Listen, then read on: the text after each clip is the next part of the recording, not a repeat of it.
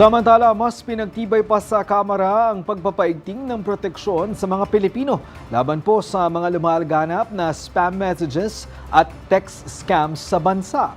Ang detalye hatid sa atin ni Kate Renya live. Kate? Greg, binibilisan na ang pagpasa ng panukalang batas na no-call, no-text registration system para hindi na makatanggap ng mga individual na mga hindi otorisadong text o message o tawag. Katunayan, buo ang suporta ng National Privacy Commission sa hakbang na ito.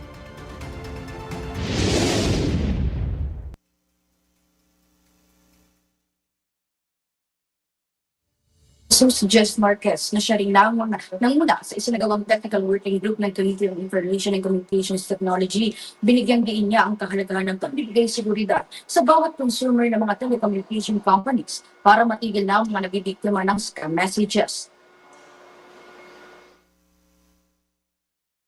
Importante ito for the safeguard of our consumers, for the safeguard of our citizens, lalong-lalo na sa mga scammers, sa mga fraudulent texts at saka phone calls, no?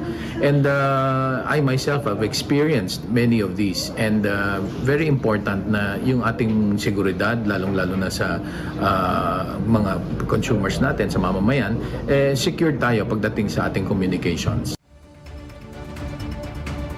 Ibinahagi rin ng mambabatas ng malaking halaga ang nawawala sa ekonomiya sa iba't ibang uri ng lumalaganap na panloloko sa mga Pilipino sa pamamagitan ng digital platforms. Kaya anyay panahon na para sukuin ang ganitong krimen. Sa ilalim ng House Bill No. 485, 797 at 1687, magbilin siya ng National Privacy Commission ng isang no-call, no-text register system kung saan dito papasok ang bawat mamamayan para mas matiyak ang kanilang privacy at hindi makapasok sa kanilang mobile number ang mga number o messages na naglalaman ng commercial o promotional advertisements para maiwasan ang spam messages. Ayon kay Representative Marquez, kapag ito'y naisabatas, papatawan ng kaparusahan ng sino mang lalabag sa pulis ng ito. With regards to penalties, no, meron tayo dito na nakalagay na civil or criminal liability. Any person found to be in violation of any provision of this act shall be imposed with a penalty such as a fine of 50,000 pesos and but not more than 100,000 pesos for each violation. So yun yung mga penalties na ipapataw natin sa kanila.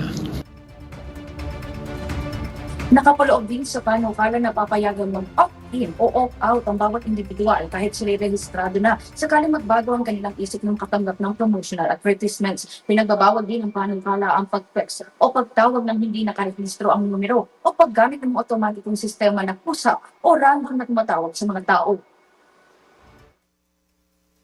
Talk to kanina with the NBI at napag-usapan namin ang infrastructure system na kinakailangan i-upgrade para ma-upgrade lahat ng systems at magkaroon tayo ng mas magandang proteksyon para sa ating mga consumers. Dagdag pa ni Representative Marquez, maaaring magrehistro rin ang mga may legitimate business para mas maging otorisado kapag kinakailangan i-contact ang kanilang consumer.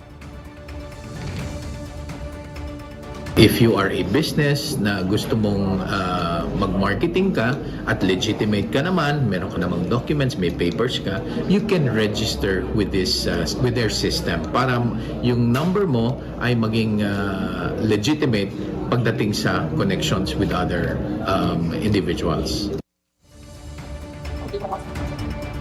Direct kaugnay pa nga sa panukala, ang totoong title nito ay No Call, No Text, No Email Registration System. Pero sa naganap ng technical working group kanina lamang, sinimestyon ni Representative Jess Marquez na gawin na lamang itong No Call, No Text Registration System dahil malaki ang sakop ng email at mahihirapan dito i-implement dahil kasama na rito pati ang international. Mula rito sa Kamara, balik na sa inyo, Greg.